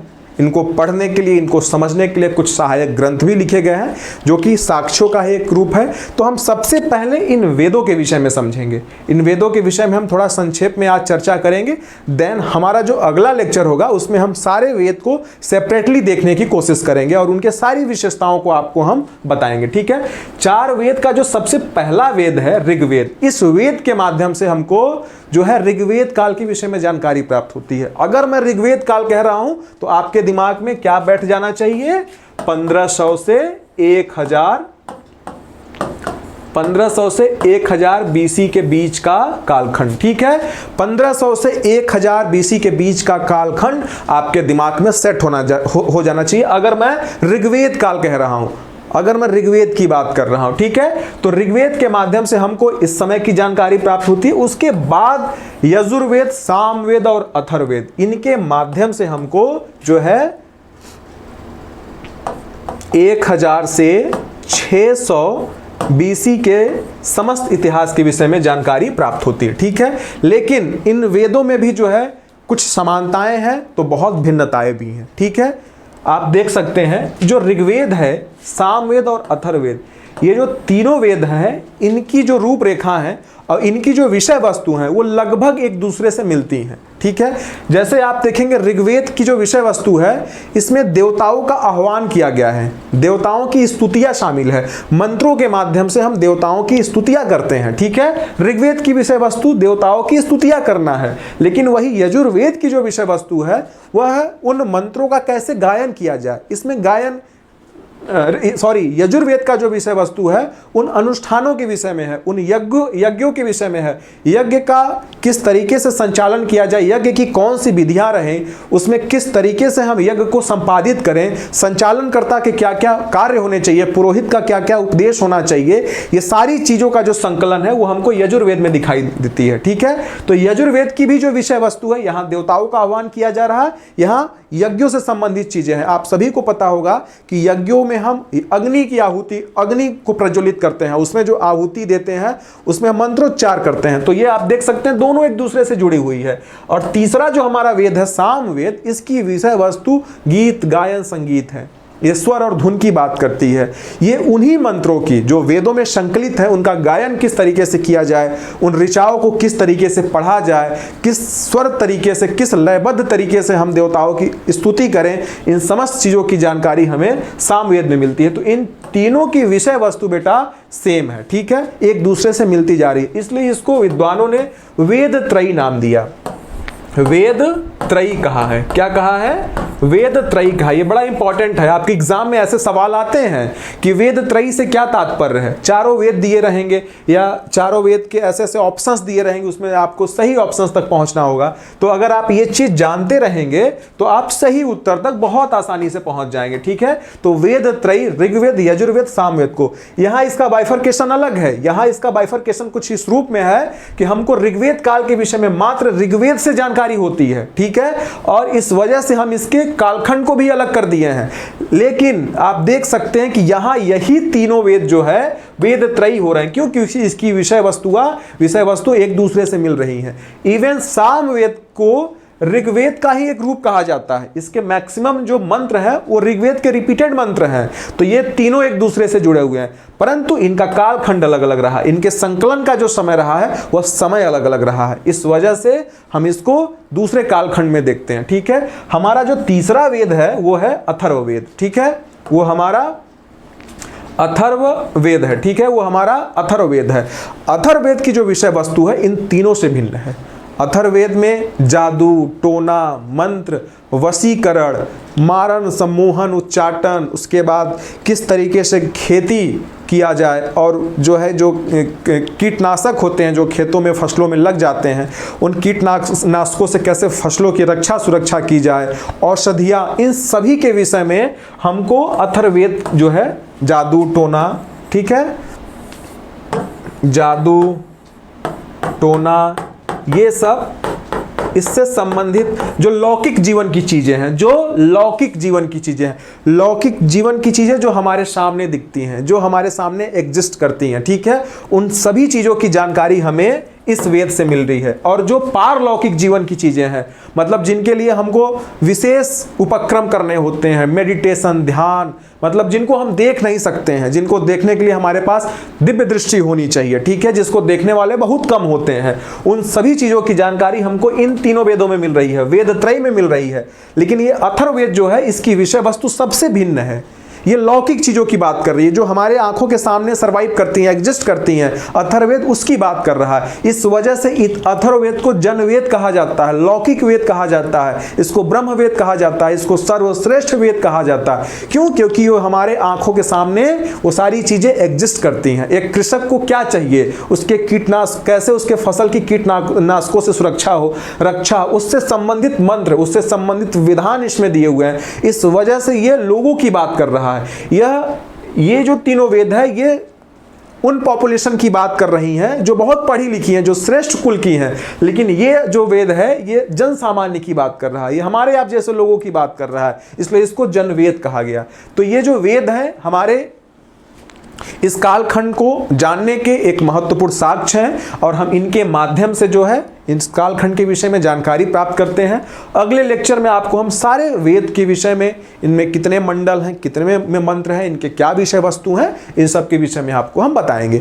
उसके बाद दूसरे नंबर का जो हमारा साहित्यिक साक्ष्य आता है, वो है ब्राह्मण ग्रंथ, ठीक है। वो हमारा क्या है? ब्राह्मण ग्रंथ, ठीक है। ये सारे बेटा उत्तर वैदिक कालीन साक्ष्य हैं, ठीक है। ये ब्राह्मण ग्रंथ जो लिखा गया, इसके लिखने का एक बड़ा कारण रहा, एक बड़ा रीजन रहा। इतिहास में कोई भी चीज अकारण नहीं होती है, ठीक है। हर घटनाक्रम के पीछे एक बड़ा कारण होता है, तभी वह चीजें हमारे सामने परिलक्षित होती हैं। तो ये जो ब्राह्मण ग्रंथ रहा, ये जो वेद की विषय वस्तु थी, ये आसान नहीं थी, ये बड़ी गूढ़ भाषा में लिखी थी। मतलब ये ऐसी भाषा में लिखी गई थी कि जैसे आज के समय में उपन्यास होता है ना, जो मतलब जो थर्ड कैटेगरी के जो भी लेखक होते हैं, जो मतलब छोटी छोटी कहानियाँ लिखते हैं, जिनके मीनिंग की कोई वैधता नहीं होती है ना, क्षण भर में वो खत्म हो जाती हैं। इस टाइप का लेखन तो था नहीं कि हम इसको बेड पे सोए हुए हैं, या झील में लेटे हुए हैं, या नाव में लेटे हुए हैं, या पहाड़ पे बैठे हुए हैं, जंगल में बैठे हुए हैं और ऐसे पढ़ रहे हैं, समझ रहे हैं। वैसी तो इसकी विषय वस्तु थी नहीं, इसकी विषय वस्तु बड़ी गूढ़ थी। तभी आज के हमारे सभ्यता के, आज के हमारे संस्कृति की ये रीढ़ बनी हुई है। आज भी हम बहुत सी चीज़ें वहाँ से लेते हैं, ठीक है। तो ये बहुत गूढ़ थी, और ये वो उपन्यास के फॉर्म में भी नहीं थी, ये पद्य के रूप में थी, ये पद्य के रूप में थी, ये छंद के रूप में थी, ठीक है, ये और श्लोकों के रूप में थी। तो वो सबको समझ में आने वाली विषय वस्तु नहीं थी, ठीक है। इसके लिए आपको एक स्तर का विद्वान होना चाहिए। तो जन सामान्य कैसे इन वेदों को समझ पाए, उसके लिए ब्राह्मण ग्रंथों की रचना हुई, उसके लिए इन ब्राह्मण ग्रंथों की रचना हुई। इनकी सहायता से हम वेदों को समझ पाए, ठीक है। वेदों के जो गूढ़ रहस्य थे, जो छंदों में लिखे गए हैं, जो पद्य में लिखे गए हैं, जो बहुत ही मतलब जो श्लोक के रूप में लिखे गए हैं, मंत्रों के रूप में गए, उनके मीनिंग्स को हम कैसे जाने। आपको याद होना चाहिए, हम सभी का 12वीं तक की कक्षा में हिंदी एक जो है अनिवार्य विषय होता है। उसमें हम लोग जब पद्य वाला विषय पढ़ते हैं कि रहीम ने क्या लिखा, मीरा ने क्या लिखा, वो लिखे तो रहते हैं, वो सामान्य हिंदी में ही लिखी रहती है, बट हमको समझ में नहीं आती है। तो हमारे जो हिंदी के जो गुरु जी होते हैं, उसको अपनी भाषा में पढ़ाते हैं कि हम जियब तो जियब नाता हलाहल पियब नंद के द्वारे। तो ये जो गोपियाँ हैं, वो कृष्ण के लिए कहती हैं, हम तो जिएंगे तो आप ही के साथ जिएंगे, नहीं तो हम जहर खा के आपके दरवाजे पे मर जाएंगे, लेकिन आपके बिना हम नहीं जी पाएंगे। तो इन सब शब्दों के विषय में हमारे गुरु जी परिचित कराते थे। तो उस समय के जो गुरु जी थे, वो ब्राह्मण ग्रंथ थे, ठीक है। ब्राह्मण ग्रंथों के सहायता से हम वेदों के गूढ़ रहस्यों को जान पाते थे। तो ये ब्राह्मण ग्रंथ उसके सहायक ग्रंथ के रूप में लिखे गए। तो ये भी हमारे साहित्यिक साक्ष्य है, जिसके माध्यम से हम उस कालखंडों के विषय में जानकारी प्राप्त करते हैं। और हर वेद का अपना सेपरेट जो है ब्राह्मण ग्रंथ है। ये सभी चीजें मैं आपको आगे बहुत अच्छे से बताऊंगा। तीसरा जो हमारा साहित्यिक साक्ष्य है, वो है बेटा अरण्यक, ठीक है। अरण्यक, इसके नाम से ही आप इसके मीनिंग को समझ पा रहे होंगे, क्या है? अरण्यक, ठीक है। अरण्यक है ना। अरण्यक क्यों लिखा गया? इसके लिखने की क्या वजह थी, तो आप इसके नाम से थोड़ा पकड़ने की कोशिश करो, आप इसके नाम से इसके अर्थ को थोड़ा पकड़ने की कोशिश करो। अरण्य, अरण्य मतलब जंगल होता है, फॉरेस्ट, वन होता है। तो जो उस समय के साधु सन्यासी थे, जो उस समय के लोग थे, वो अमूमन वनों में जाके अध्ययन करते थे। तो वनों में जाके जो चीज़ें लिखी गई, जो गुरुओं ने, जो ऋषियों ने, जो उस समय के लोगों ने अपने गुरु के सहायता से जो चीज़ें लिखी, वो सभी जो लिखी गई चीज़ें थी उनको हम अरण्यक के नाम से जानते हैं। क्यों? क्योंकि वो अरण्यक, वो जंगलों में लिखी गई। ये भी हमारी एक सहायक ग्रंथ रहे, ठीक है। इनके भी माध्यम से हम वेदों के चीज़ों को जान पाएं। तो किस वेद के कौन से अरण्यक हैं, ठीक है, ये सारी भी चीज़ें मैं आपको आगे बताऊंगा। तो बस अभी आप ये रूपरेखा बनाओ कि ये हमारे साहित्यिक साक्ष्य रहे और इनके माध्यमों से हम जो है इस काल के विषय में जानकारी प्राप्त कर पाएं, ठीक है। चौथा हमारा जो है बेटा वो मोस्ट इंपॉर्टेंट है, मोस्ट इंपॉर्टेंट है। मतलब मैं तो ये प्रेफर करूंगा कि आपका जब एमए एंट्रेंस निकल जाएगा और आप जब एमए में दाखिला ले लेना, तो ये टारगेट लेके चलना कि हर साल आपको जो है एक उपनिषद पढ़ना है। मिनिमम टारगेट मैं आपको दे रहा हूं कि हर साल 2 साल का एमए कोर्स होता है, 2 साल में आपको दो उपनिषद पढ़ने हैं। तो अब मैं जो चर्चा करने जा रहा हूं, मैं उपनिषदों की चर्चा करने जा रहा हूं। उपनिषद, अब मैं उपनिषदों की चर्चा करने जा रहा हूं, ठीक है। उपनिषद का मतलब होता है गुरु के निकट बैठ के ज्ञान अर्जित करना। गुरु के निकट बैठकर, उपनिषद का जो शाब्दिक अर्थ होता है गुरु के निकट बैठ के ज्ञान अर्जित करना। और गुरु का जो ज्ञान था, वो ज्ञान जो है वह ज्ञान की ही बात कर रहा है, वह कर्मकांड की बात नहीं कर रहा है, वह किसी मिथ्या की बात नहीं कर रहा है। वह कैसे आत्मा का परमात्मा से मिलन हो, कैसे ध्यान लगाया जाए, कैसे योग किया जाए, कैसे विषय भोग की वस्तुओं से अपने को विरक्त किया जाए, कैसे अपने इंद्रियों को वश में किया जाए, ऐसी चीजें जो है उपनिषद बता रहा है। कुल 108 उपनिषद हमारे सामने जो है सामने हमारे आते हैं। तो ये उपनिषद जो है ये सबसे अंत में लिखेंगे। सबसे पहले हमारे वेद लिखे गए, उनकी सहायता कैसे उसको हम पढ़ पाए, और सहायक ग्रंथ के रूप में ब्राह्मण ग्रंथ लिखे गए, देन अरण्यक लिखे गए, और सबसे अंतिम में जो लिखा गया वह उपनिषद लिखा गया, ठीक है। उपनिषद को इसीलिए हम वेदांत कहते हैं। क्या कहते हैं? वेदांत कहते हैं ना, क्योंकि ये अंत में लिखा गया, तो इसको हम वेदांत भी कहते हैं। तो ये उपनिषद जो है ये भी हमारा एक साहित्यिक साक्ष्य है, जिसके माध्यम से हम इस कालखंड के विषय में जानकारी प्राप्त करते हैं, ठीक है। तो ये कुछ हमारे साहित्यिक स्रोत हैं जिनके विषय में हम आगे बहुत डिटेल में पढ़ेंगे। अभी आप बस एक रूपरेखा बनाइए जो आपके लिए सहायक होगी। दूसरी बात यह है कि बेटा ये सब कुछ ऐसे साक्ष्य है ना, जब आप आगे महाजनपद काल पढ़ोगे, महाजनपद काल के दौरान आप जब रिलीजियस रिफॉर्म मूवमेंट पढ़ोगे, जिसमें आप जैन धर्म, बौद्ध धर्म वगैरह के विषय में पढ़ोगे, तो उस कालखंड के विषय में भी, उसके बाद जो आपके मगध वंश की स्थापना हो रही है, जो हर्यक डायनेस्टी है, जो नंद डायनेस्टी है, जो कालाशोक डायनेस्टी है, जो मौर्यन डायनेस्टी है, इन सभी के राजाओं के विषय में भी हमको इन ग्रंथों में जानकारी मिलती है। आप जब जैन धर्म पढ़ेंगे तो जैन धर्म के 2 तीर्थंकर, एक ऋषभदेव जिसको हम आदिनाथ कहते हैं, दूसरे अरिष्टनेमि, इनके विषय में ऋग्वेद में चर्चा मिलती है। तो ये सारी चीजें एक दूसरे से कनेक्टेड हैं, ये सारी चीजें एक दूसरे से कनेक्टेड हैं, ठीक है। तो ये वेदांत हो गए, इधर आपके अरण्यक हो गए, ब्राह्मण ग्रंथ, और ये 4 वेद, इनके माध्यम से हम उस कालखंड के विषय में जानकारी प्राप्त करते हैं। दूसरी बात ये है कि अब सवाल ये उठता है कि इसको लिखा कब गया, ठीक है। देखिए बहुत स्पष्ट अक्षरों में बता दूं कि वैदिक काल की कोई लिपि नहीं थी, वैदिक काल की कोई लिपि नहीं थी। हड़प्पा काल की लिपि थी, जिसको हम भाव चित्रात्मक लिपि कहते हैं, ठीक है, जो कि मतलब अलग ही फॉर्म में ऐसे ऐसे लिखी थी ना, जिसको आज तक हम समझ भी नहीं पाए और हमें लगता है समझ भी नहीं पाएंगे, ठीक है। तो हड़प्पा सभ्यता की भी एक लिपि रही है, लेकिन वैदिक सभ्यता की कोई लिपि नहीं थी।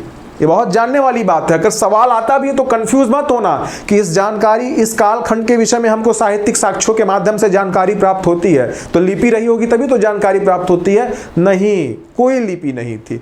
इस समय जो ज्ञान का आधार था वह श्रुति ज्ञान था। सुनने के आधार पे जो है ज्ञान को संरक्षित किया जाता था, सुनने के आधार पे उस कालखंड के ज्ञान को संरक्षित किया जाता था।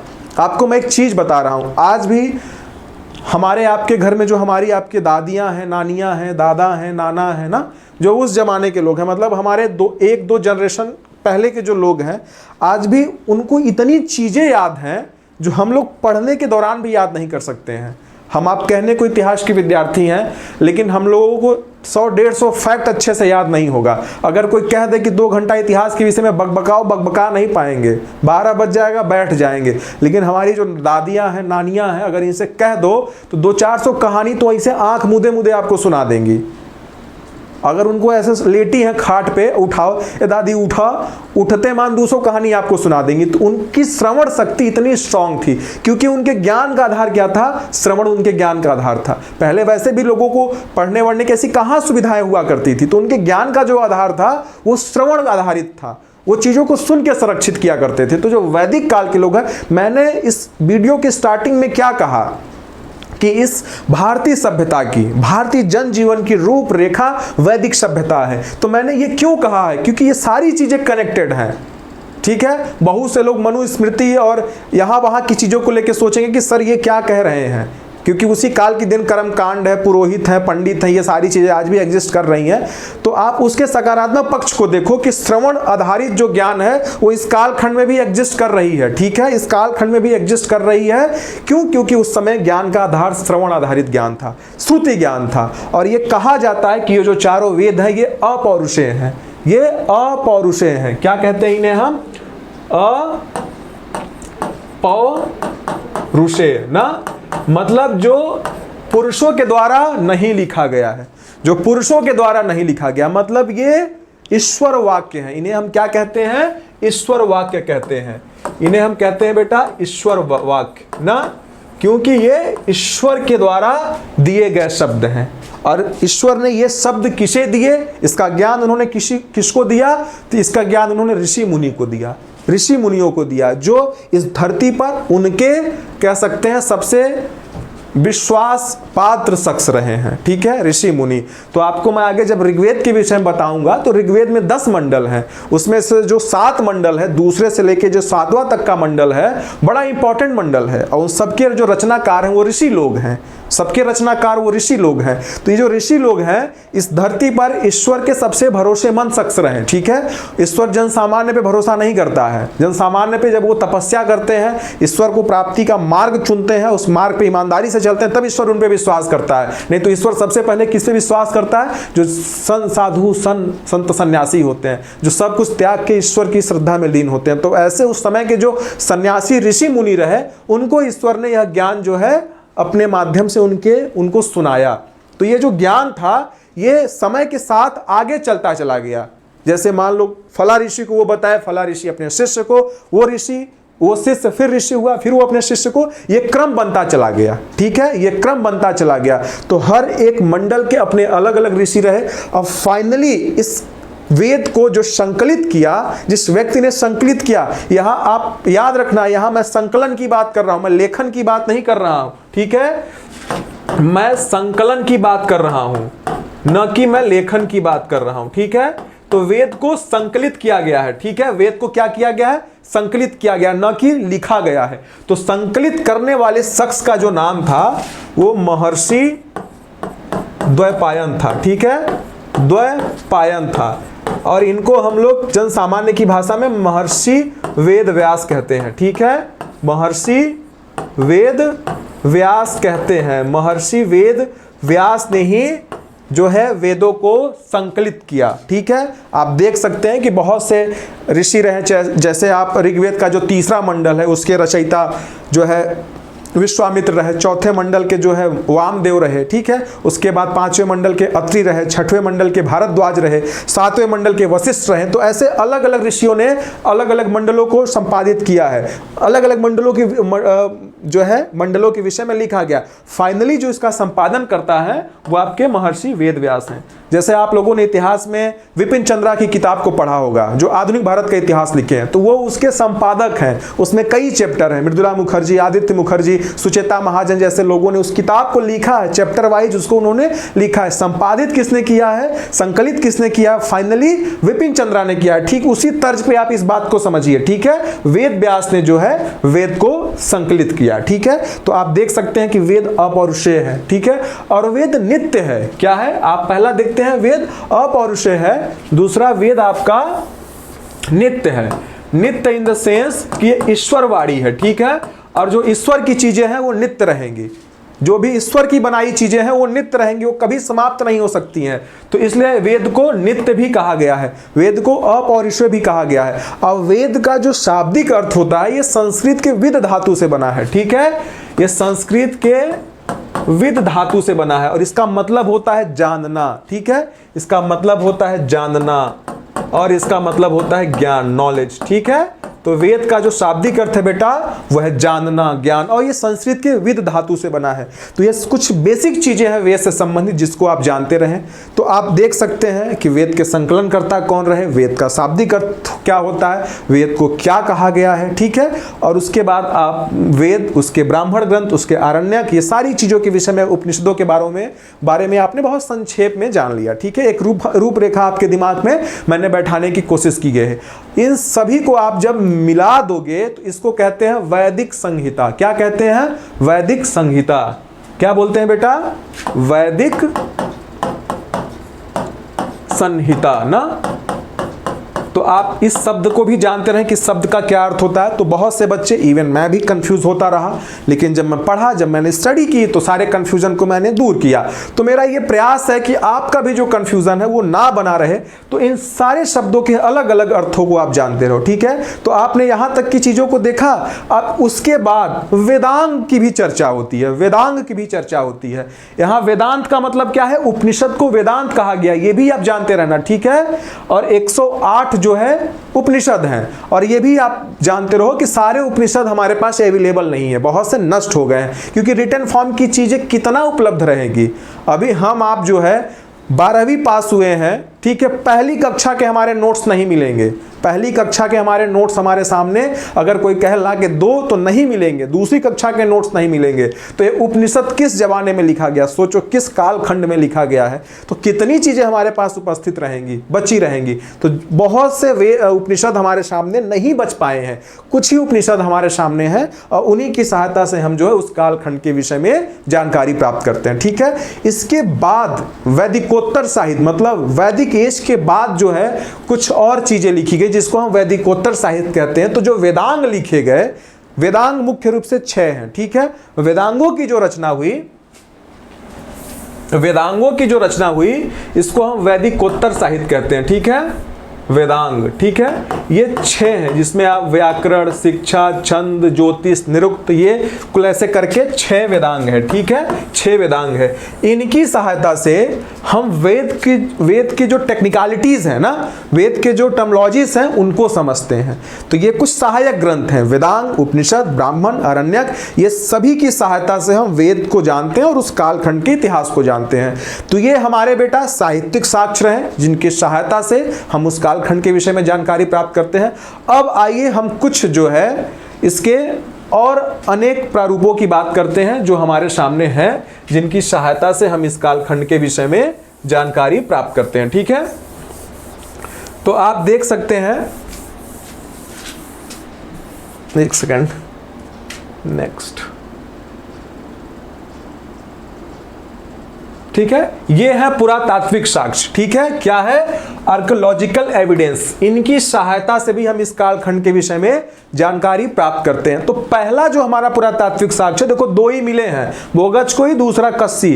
तो पहला हमारा बोगचकोई है। सबसे प्राचीन अभिलेख मध्य एशिया की बोगचकोई 1400 ईसा पूर्व नामक 1400 ईसा पूर्व का है, ये बोगचकोई नामक स्थान से प्राप्त हुआ है, ठीक है। इसका कालक्रम 1400 ईसा पूर्व का है। अभिलेख के अध्ययन से पता चलता है कि इसमें विभिन्न राजाओं ने वैदिक युग के प्रमुख देवी देवताओं को साक्षी मानकर एक संधि, इन द सेंस अलायंस की, ठीक है। उस संधि में उस समय के प्रमुख देवी देवताओं इंद्र, वरुण, मित्र और नासत्त का उल्लेख हुआ।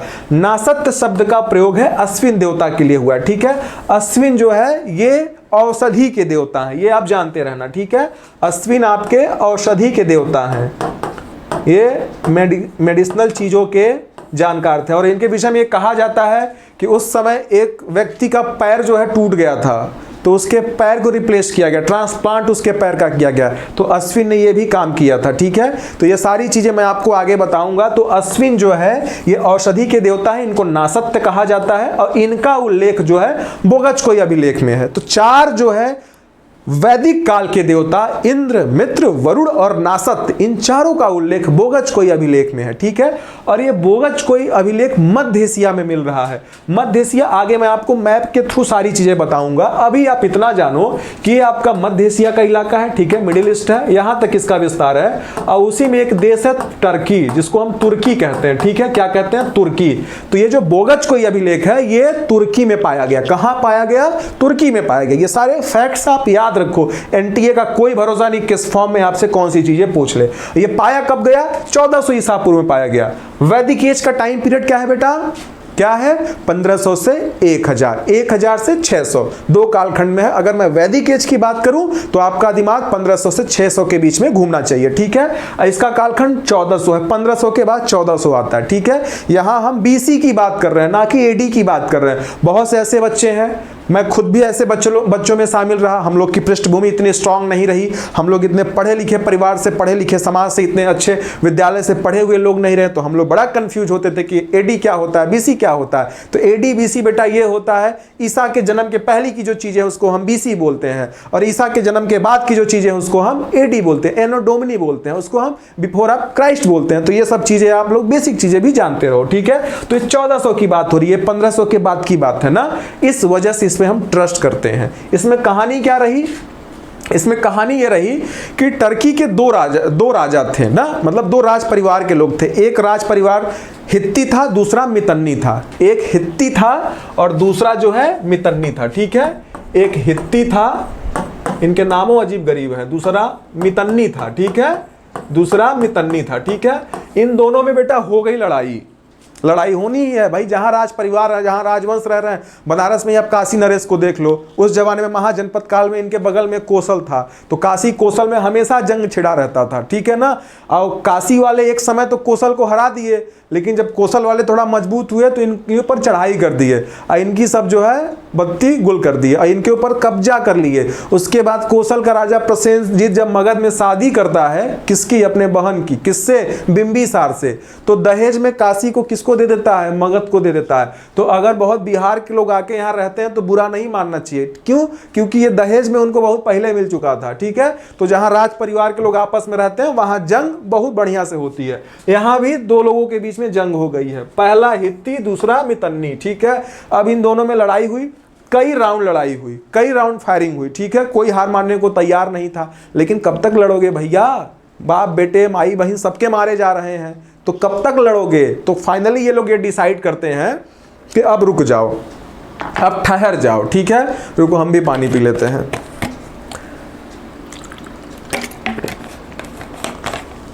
अब ठहर जाओ। ये ठहरते हैं तो कहते हैं आओ संधि करते हैं। नियम है, जब नहीं जीत पा रहे हैं दोनों लोग, कोई परिणाम ही नहीं मिल पा रहा तो संधि करेंगे, अलायंस का समझौता करते हैं ना।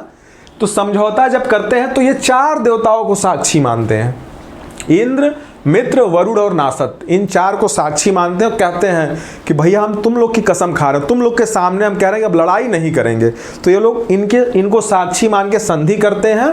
तो ये सारे जो घटनाक्रम की जानकारी हमको बोगचकोई लेख में मिल रही है। तो हमको और लोगों से मतलब नहीं है, हितन्नी मितन्नी ये सब क्या कर रहे हैं हमको उससे कोई मतलब नहीं है। ठीक है, लड़े वो उनका अपना मैटर है, हमको उससे क्या मतलब है। लेकिन हमारे देवताओं को वहां शामिल कर लिए हैं। ठीक है, तो हमारे देवताओं की जो पहुंच है वो कहां तक है?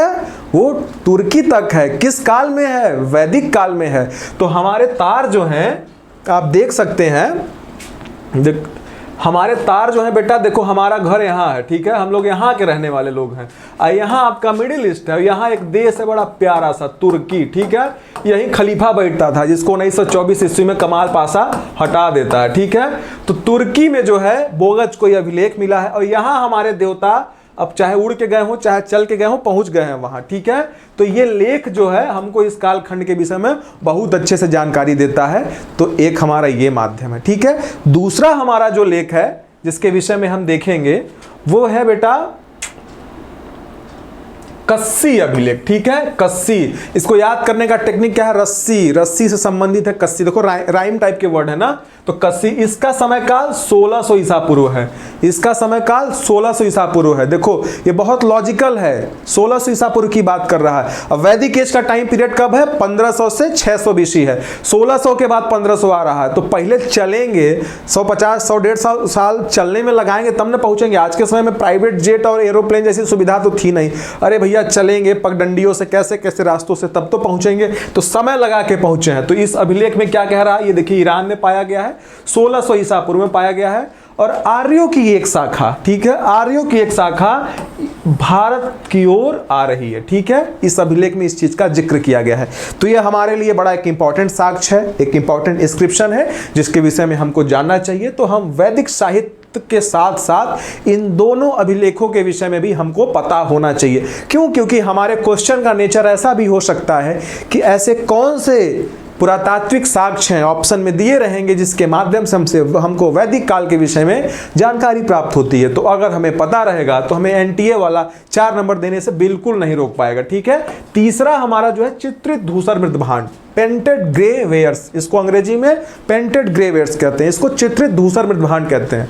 देखो बेटा, आप सभी को पता होगा कि नवपाषाण काल, ठीक है, जिसे हम नियोलिथिक एज कहते हैं, उस काल में एक बड़ा परिवर्तन हो रहा है, एक बड़ी क्रांति हो रही है। यही वजह रहा कि garden child man make himself पुस्तक में कहता है कि यह नियोलिथिक रिवॉल्यूशन है, क्रांति है। क्रांति का मतलब ही होता है जो भूत की व्यवस्था है उसमें आमूलचूल परिवर्तन हो रहा है, और परिवर्तन हर सेक्टर में हो रहा है, हर क्षेत्र में हमको परिवर्तन दिख रहा है, ठीक है। ये जो चित्रित धूसर मृदभांड है, ये हमें इस काल के विषय में जानकारी प्राप्त कराती है, लेकिन इसकी शुरुआत नवपाषाण काल से हो चुकी है। और ऐसा कहा जाता है कि ये जो पोट्रीज हैं, वेयर हैं, बर्तन जो है, इसको एक विद्वान ने, मुझे नाम नहीं याद आ रहा है, उसने इतिहास का प्राण बिंदु कहा गया है, प्राण बिंदु कहा गया है। मतलब कह सकते हैं कि बिना इसके इतिहास की कल्पना नहीं की जा सकती है, ठीक है। मतलब ये इतना इंपॉर्टेंट साक्ष्य है कि इसके माध्यम से हम उस एरा को, मतलब उस कालखंड को जो है डिफाइन करते हैं, उस कालखंड का विश्लेषण करते हैं, ठीक है। तो आप हड़प्पा सिविलाइजेशन जब आपको मैं फ्यूचर में पढ़ाऊंगा तो उसमें मैं आपको बताऊंगा कि उसमें काले लाल मृदभांड पाए जा रहे हैं। मतलब वो जो पहला बर्तन पाया गया है वो काले लाल है, मतलब उनका कलर काला है फिर लाल है, वो काले लाल मृदभांड है, ठीक है। तो अगर ऐसे साक्ष्य हमको खुदाई में मिले तो हम आंख मूंद के यह कह सकते हैं कि ये जो है हड़प्पा का है, ये जो है हमारा हड़प्पा का है। हड़प्पा के जस्ट पहले की जब बात है, जब नवपाषाण काल की बात हो रही है, तो वो भी कुछ ऐसे ही आकार के मिल रहे हैं, ठीक है। तो हम उसको देखते ही ये कह देते हैं कि ये फला काल का, भैया ये फला काल का है, ठीक है। तो ये सारी चीजें हमारे लिए बहुत मायने रखती है। तो जब वैदिक एज आरंभ हुआ तो वैदिक एज का जो पोट्रीज थे, जो बर्तन थे, वो हमको चित्रित धूसर मृदभांड में दिखाई दे रहे हैं, ठीक है। हम इसके सहायता से कह सकते थे कि ये इस कालखंड का है। इसके बाद आप मौर्यन एज में देखेंगे तो वहां उत्तरी काली पॉलिश्ड वेयर मिल रही है, ठीक है, नॉर्थ पॉलिश्ड वेयर पोट्रीज मिल रही हैं। तो हम इस बिहाफ पे उस कालखंड की भी जानकारी प्राप्त कर लेते हैं, ठीक है। तो इसको भी जानना चाहिए कि ये मृदभांड भी हमें इस कालखंड के विषय में जानकारी उपलब्ध कराते हैं। चौथा जो है कि उत्तर भारत में हरियाणा के पास एक भगवानपुरा एक जगह है, ठीक है, हरियाणा के पास एक भगवानपुरा जगह है, वहां की खुदाई हुई, ठीक है। एक कमरे में 13 कमरों का मकान है। पंजाब में 3 ऐसे स्थान मिले जिनका संबंध जो है ऋग्वेद काल से माना जाता है, ठीक है। 13 ऐसे कमरे मिले, उसमें ऐसे साक्ष्य पाए गए जिसकी सहायता से हम उसको जो है वैदिक कालीन कहते हैं, ठीक है। तो ये हमारे कुछ साक्ष्य हैं, बोगचकोई का अभिलेख, कस्सी का अभिलेख, और ये जो हरियाणा के भगवानपुरा में जो ये चीजें हमारे 13 कमरों के एक मकान में पाई गई हैं, ये हमारे लिए बहुत इंपॉर्टेंट है। इसके पहले हम लोगों ने जो है वैदिक साहित्य और अरण्यक, ब्राह्मण, उपनिषद, वेदांगों के विषय में बहुत अच्छे से देख लिया, ठीक है। तो इनकी सहायता से बेटा हम लोग वैदिक काल को जानते हैं। तो आज हम लोगों ने मुख्य रूप से वैदिक काल के कालखंड को देखा, क्यों इनके कालखंड का डिवीजन किया गया, क्यों इनको 2 भाग में बांटा गया, ये कहां से आए, भारत में किन क्षेत्रों में ये बसे, किन क्षेत्रों में इन्होंने अपना विस्तार किया, और किन के माध्यम से हमको इनकी जानकारी मिलती है, ठीक है। कौन कौन से ऐसे साक्ष्य रिस्पॉन्सिबल है जिसकी सहायता से हमें इस कालखंड की जानकारी मिलती है। इन सारी चीजों को आज हम लोगों ने जानने की कोशिश की, समझने की कोशिश की, ठीक है। आगे हम लोग अब सारे वेद को अच्छे से पढ़ेंगे, उसके विषय वस्तु को पढ़ेंगे, क्या चीजें उससे संबंधित है, कौन से मंत्रों में जो है कृषि की बात की जा रही है, कौन से सूक्त में जो है औषधि की बात की जा रही है, किस में विवाह की बात की जा रही है, आगे विवाह वगैरह भी हम करवाएंगे, ठीक है, किस में विवाह के विषय में बात की जा रही है, किस में नदियों के विषय में बात की जा रही है, ये सारी चीज़ें बेटा हम लोग बहुत अच्छे से समझेंगे, पढ़ेंगे, ठीक है। अच्छा, एक इंपॉर्टेंट चीज़ मैं आपको बता रहा हूँ, आपको जब मैं वेद पढ़ा रहा था, वैदिक, जब आपको मैं सोर्सेस की बात कर रहा था, तो मैंने ये बताया कि जो उत्तर वैदिक काल में जो आपके ऋग्वेद काल के लोग हैं, ये वो जो सप्त सैंधव वाला इलाका था, ठीक है ना, मतलब ये जो आपका सप्त सैंधव वाला इलाका है, ये 7 नदियां जैसे चनाब, झावी, चनाब जो है, रावी, सतलज, सिंधु, व्यास ना, विपाशा, ये जो 6 नदियां हैं ये यहाँ पाई जा रही हैं, और सरस्वती नदी आपकी इस क्षेत्र में पाई जा रही है। तो ये सारा जो क्षेत्र है, ये आपका सारा क्षेत्र किससे संबंधित है? अर्ली वैदिक केस से ना, जिसको हम ऋग्वेद काल कह रहे हैं। इसमें अफगानिस्तान, पाकिस्तान या अखंड भारत का हिस्सा हुआ करता था, पता नहीं दोबारा भी बन सकता है, कोई भरोसा नहीं है, लेकिन यहाँ हमारी सभ्यताएं थी। तभी तो जो दक्षिणपंथी हैं बड़ा ठोस मतलब दृढ़ता के साथ क्लेम करते हैं। लेकिन इसके बाद जो उत्तर वेद के लोग हैं, उत्तर वैदिक कालीन लोग हैं बेटा, वो इस क्षेत्र में मूव कर रहे हैं, ठीक है। ये गंगा यमुना का दोआब इलाका है, ये गंगा यमुना का दोआब इलाका है। और आपको पता होना चाहिए गंगा और यमुना का, गंगा का मात्र एक बार, ठीक है, मात्र एक बार गंगा और 2 बार यमुना का, ठीक है, 2 टाइम्स यमुना नदी का जो है उल्लेख हमको ऋग्वेद में मिल रहा है। कहां मिल रहा है? ऋग्वेद में मिल रहा है, ठीक है। इस वजह से हम इसको उत्तर वैदिक कालीन सभ्यता के अंतर्गत देखते हैं ना, क्योंकि ये जो गंगा यमुना का दोआब का इलाका है, ये दोआब बड़ा फेमस इलाका है। हम जब मध्यकाल पढ़ेंगे तो हम यहाँ भी इसकी चर्चा करेंगे, ठीक है। इसी इलाके में जो है हमारा लेटर वैदिक एज का जो है विकास और डेवलपमेंट हो रहा है। क्यों? क्योंकि यहाँ बहुत से जंगलों की सफाई की जा रही है। सतपथ ब्राह्मण आपको जब मैं पढ़ाऊंगा तो उसमें एक विधेय माधव की कथा है, जिसमें कैसे वो जंगलों की सफाई कर रहे हैं। तो ये जो दौर है बेटा ना, ये सब उत्तर वैदिक कालीन दौर है। क्यों? क्योंकि आपके दिमाग में बैठ गया होगा कि हमको ऋग्वेद काल की जानकारी मात्र ऋग्वेद से होती है, और उसके बाद के जो कालखंड है मतलब उत्तर वैदिक काल, तो ऋग्वेद के अलावा जो भी साक्ष्य हैं वो सारी जानकारी हमको उत्तर वैदिक काल की देते हैं। तो ये जो ब्राह्मण भी हैं, सतपथ ब्राह्मण, ये हमको जो जानकारी देता है ये हमको उत्तर वैदिक काल की जानकारी देता है। तो वहां एक विधेय माधव की कथा है जो आगे बढ़ते बढ़ते इन क्षेत्रों तक अपना विस्तार कर लिए हैं, ठीक है। आगे आप देखेंगे जो वैदिक काल का दायरा है, यहाँ एक गंडक नदी है, ठीक है, गंडक नदी है। इस नदी को हम सदा नीरा भी बोलते हैं, ठीक है, सदा नीरा नदी भी बोलते हैं। और यहाँ जो है ये नर्मदा नदी है, बड़ी प्यारी नदी है। जितने भी शिवलिंग वगैरह आप देखते हो ना, जो शिवलिंग की पूजा होती है सब इसी नदी में पाई जाती है। सारे शिवलिंग के पत्थर यहीं से निकाले जाते हैं और फिर चिनाई करके शिवलिंग बनाए जाते हैं, ठीक है। नर्मदा नदी, इसका प्राचीन नाम रेवा था, इसका प्राचीन नाम क्या था? रेवा था। ये इलाका, ठीक है, इधर गंडक इधर रेवा, ये इनकी सीमा रही है, ठीक है, ये इनकी सीमा रही है। इसी दायरे में जो है इनका विकास हुआ है और इसी दायरे में ये फले फूले हैं और अपना जो भी उपक्रम किए हैं इसी दायरे में किए हैं, ठीक है। बाकी ये इलाका आपका दक्षिणावर्त है, इसीलिए इसको हम आर्यावर्त कहते हैं, क्योंकि यहाँ आर्य रहते थे, ठीक है। तो ये सब आप जानते रहो कि क्यों ये उत्तर वैदिक काल है और ये क्यों आपका जो है वैदिक काल है। तो मैं आशा करता हूं कि ये वीडियो आपके लिए बहुत हेल्पफुल होगा, बहुत लाभदायक होगा। वैदिक सभ्यता का बेस क्या है, कैसे चीज़ें आपके दिमाग में फिट बैठे ना, तो ये इस वीडियो के माध्यम से आपको समझ में आ जाएगी ना। और मैं अच्छे से कोशिश करूंगा कि मैं कैसे और इम्प्रूव करूंगा आपको चीज़ों को बताने के लिए। तो मैं आपसे अब इजाज़त चाहूँगा, आप मुझे आदेश दीजिए कि सर आप अब यहीं रुक जाइए, आज के लिए इतना ही। तो मैं अपनी वाणी को यहीं समाप्त करता हूँ और हम मिलते हैं अगली वीडियो में।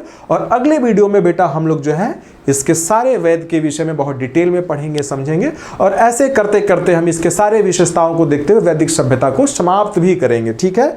तो आप सभी लोग अपना ख्याल रखिए, स्वस्थ रहिए, मस्त रहिए, अपने माता पिता का, अपने भाई बहनों का, अपने परिवार का, अपने आसपास के लोगों का ख्याल रखिए। अब खूब मन से पढ़िए, तरक्की करिए और अपने पसंदीदा विश्वविद्यालय में अपना नाम सुनिश्चित करिए और अपने भविष्य को उज्जवल करिए, ठीक है। तो आप सभी को love you, take care, bye bye.